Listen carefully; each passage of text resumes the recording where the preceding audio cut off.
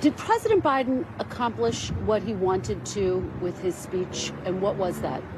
Yes, he did, and he felt very good about the chance to talk to the Polish people, to President Duda, to the world, quite frankly, about how important the support for Ukraine has been this past year. And it's difficult to believe that we're a year in, but how much more critical that support is going to be going forward in the weeks and months ahead as we expect the weather to improve in Ukraine and as we expect the Russians to go back on the offense. The president made an interesting choice. He took on Putin head on in one moment, saying, quote, "The West was not planning to attack Russia as Putin said today."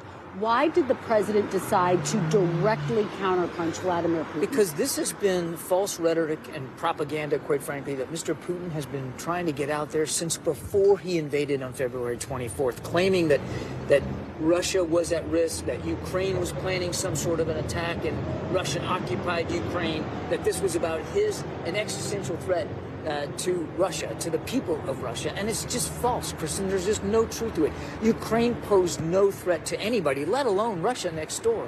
And I think the president felt it was really important to make sure he made that point, to push back on that exact idea. This is not a new notion by Vladimir Putin. He's been spewing this now since before he actually invaded. It's notable because President Putin, who spoke today, did not call out President Biden by name. President Biden made the opposite calculation. Why? President Putin is the aggressor here. President Putin is responsible for a war that has killed thousands of Ukrainians, destroyed cities and towns, put millions fleeing their homes, displaced and in refuge, more than 1.5 million right here in Poland. President Putin is responsible for what's going on inside Ukraine, and President Biden felt it was important to make that clear, make that case. And also, Kristen, to make the case that President Putin has not achieved any of his strategic objectives. He is not stronger for having done this. Let's talk about one of the big headlines today. President Putin announcing that Russia plans to suspend participation in the nuclear START treaty. Was the administration caught off guard by the timing of this, understanding they had been signaling this for some time? Right. He had announced that he was going to suspend it some time ago. Look, this is unfortunate and frankly irresponsible for a modern nuclear power to pull out of arms control. No matter what else is going on in the world, no matter what the tensions are between the United States and Russia right now over their war in Ukraine, we would hope we could all agree that arms control is a good thing for the safety of our two countries as well as the safety of the world. The START arms treaty is the last treaty between the U.S. and Russia. What are the implications for U.S. safety and security?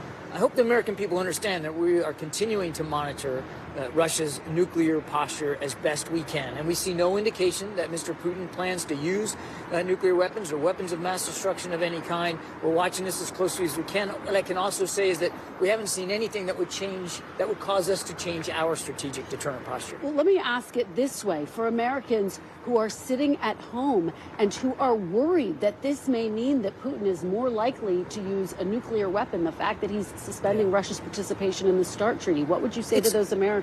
It's difficult to divine that just from his statement today that he's pulling out of it. That's not the same as saying he intends to use nuclear weapons in an operational sense. It is irresponsible that a modern nuclear power would pull out of an arms control agreement like this.